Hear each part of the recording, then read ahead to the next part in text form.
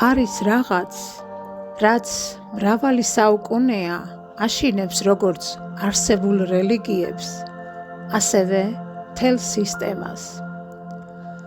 საქმეს ასწავლებს არ ეხება არც გადარჩენას და არც რწმენას.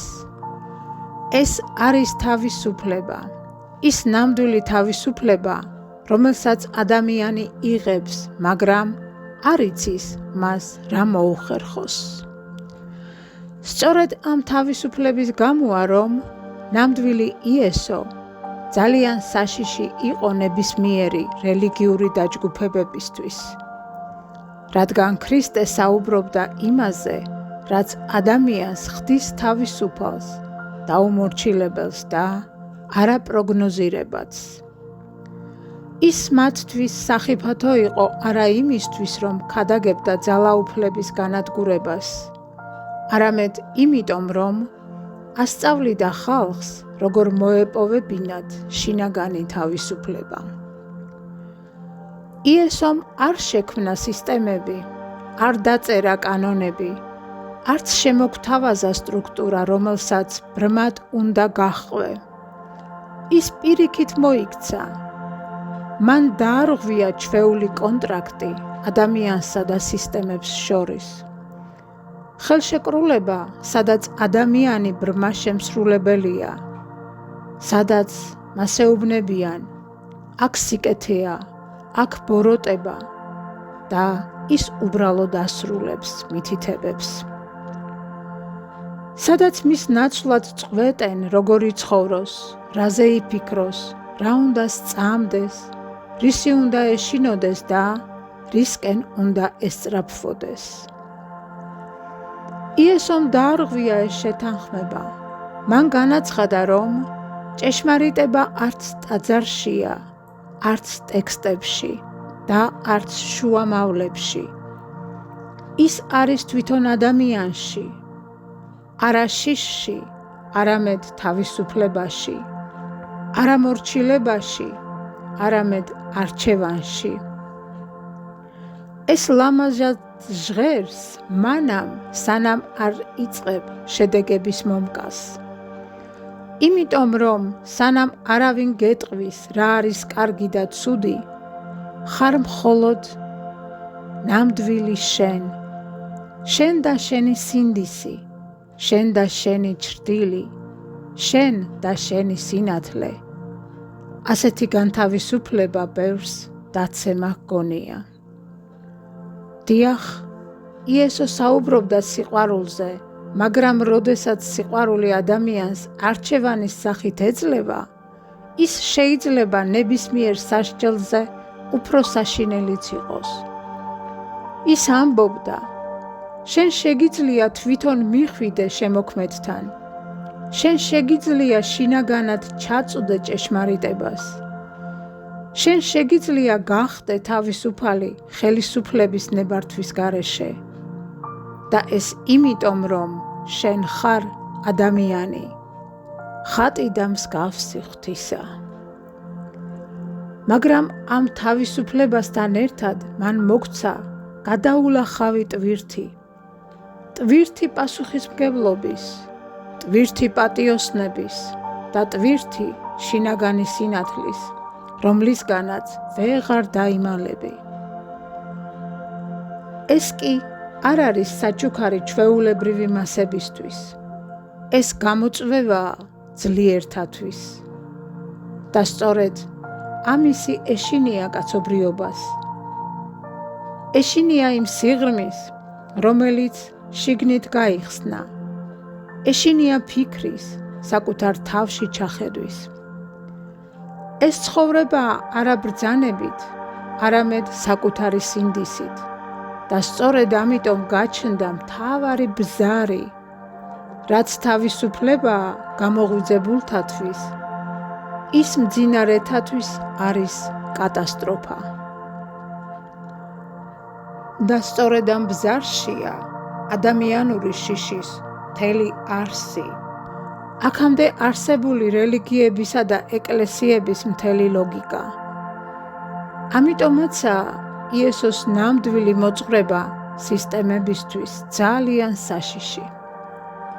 დაფიქრდი, როდესაც გეუბნებიან ეს კარგია ან ეს ცუდი და გაძლევენ ქცევის მზა ნიმუშს, ცოდვების სიას, წესების სიას, სწორი ქცევებისა და რეაქციების სიას, ამით ცხოვრება უფრო მარტივდება, სამყარო ვიწროვდება გარკვეულ საზღვრებამდე, მაგრამ ხდება უსაფრთხო.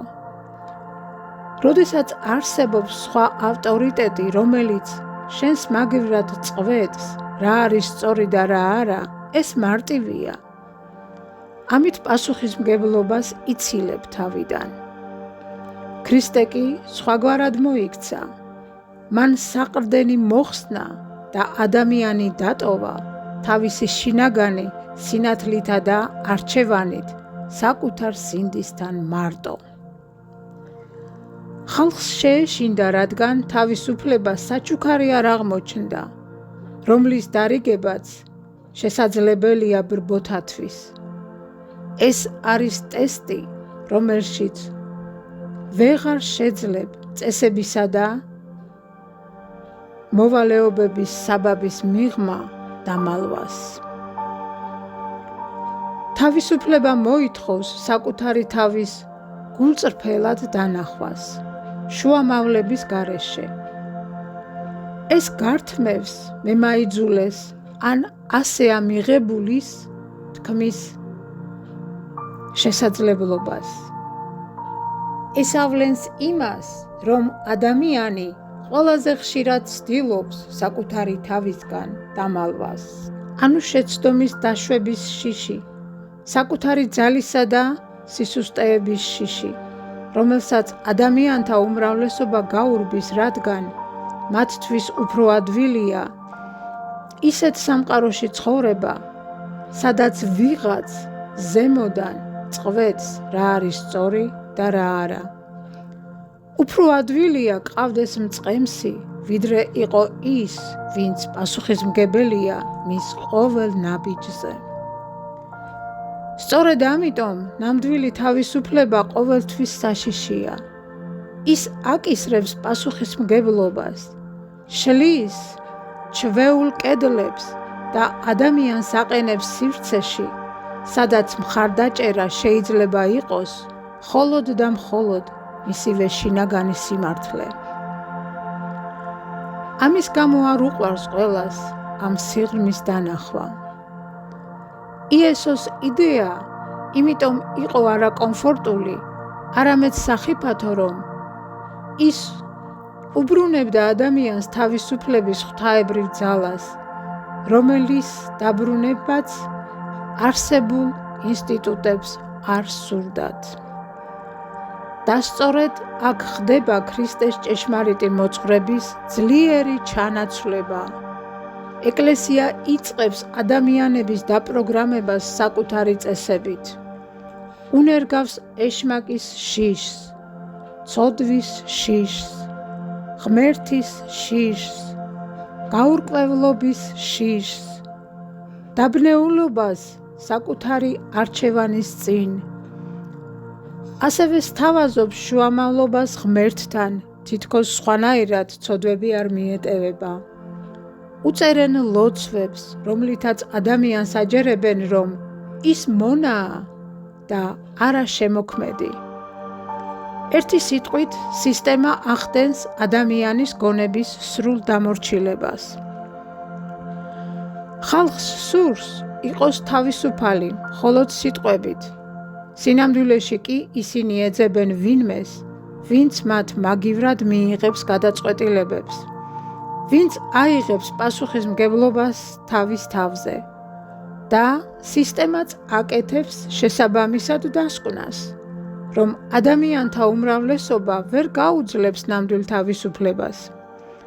მათ სჭირდებათ მფლობელი, წესრიგი, გარე კონტროლი, მათ სჭირდებათ მთავრობა, რომელიც დაიცავს სტრუქტურას, რომელსაც ადამიანი დამოუკიდებლად ვერ შეძლებს. ამიტომაც ყველა რელიგია და სისტემა თავისუფლების კი არა, კონტროლის სისტემა დააქცეული.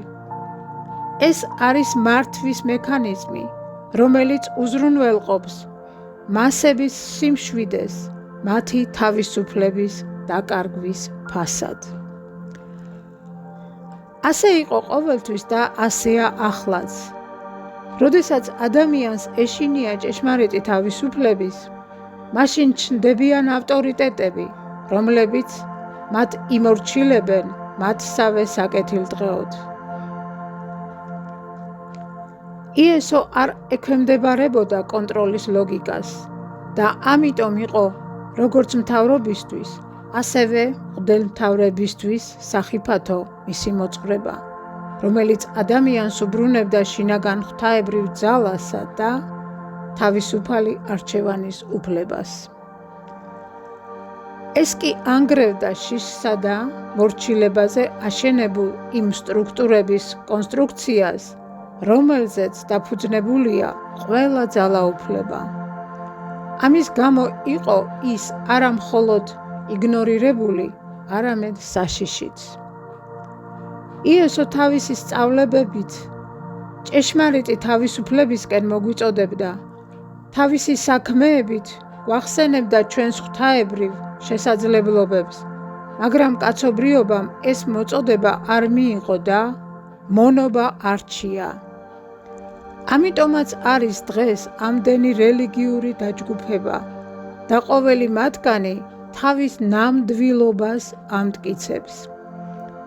იმიტომაა ამდენი ომი და პრობლემა, რომ ადამიანს არ ჰქონდეს დრო და სურვილი საკუთარი თავის შეცნობისა, რადგან იციან, რომ თუ ადამიანი გაიხსენებს მის ღვთაებრივ ბუნებას და გახდება ჭეშმარიტად საკუთარი თავის უფალი, მაშინ ყველა რელიგია და სისტემა ერთ დღეში დაეცემა და განადგურდება. მანამდე კი, რაც ხდება ჩვენს დღევანდელობაში, ეს ყველაფერი ჩვენი არასწორი არჩევანის შედეგია. თავისუფლება არ არის რაღაც წერტილი, არც ჯილდო და არც კომფორტული მდგომარეობა. ეს არის გზა, რომელიც ავლენს ყველაფერს, რისგანაც შევეჩვიეთ გაქცევას. ეს არის შინაგანი სინათლე, რომლის ჩაქრობაც შეუძლებელია. ეს არის მუდმივი შეხვედრა ნამდვილ საკუთარ თავთან. ეს არის სიბრძნე, სიმწიფე, რომელიც არ მოდის ავტომატურად. ეს არის პასუხისმგებლობა, რომლისგანაც თავის დაღწევა შეუძლებელია და ეს ყველაფერი აქცევს თავისუფლებას ყველაზე საშიშ თვისებად. მაგრამ თუ შენში დარჩა ჭეშმარიტი თავისუფლების მცირე შეგრძნებაც კი, ის აღარასოდეს გაქრება.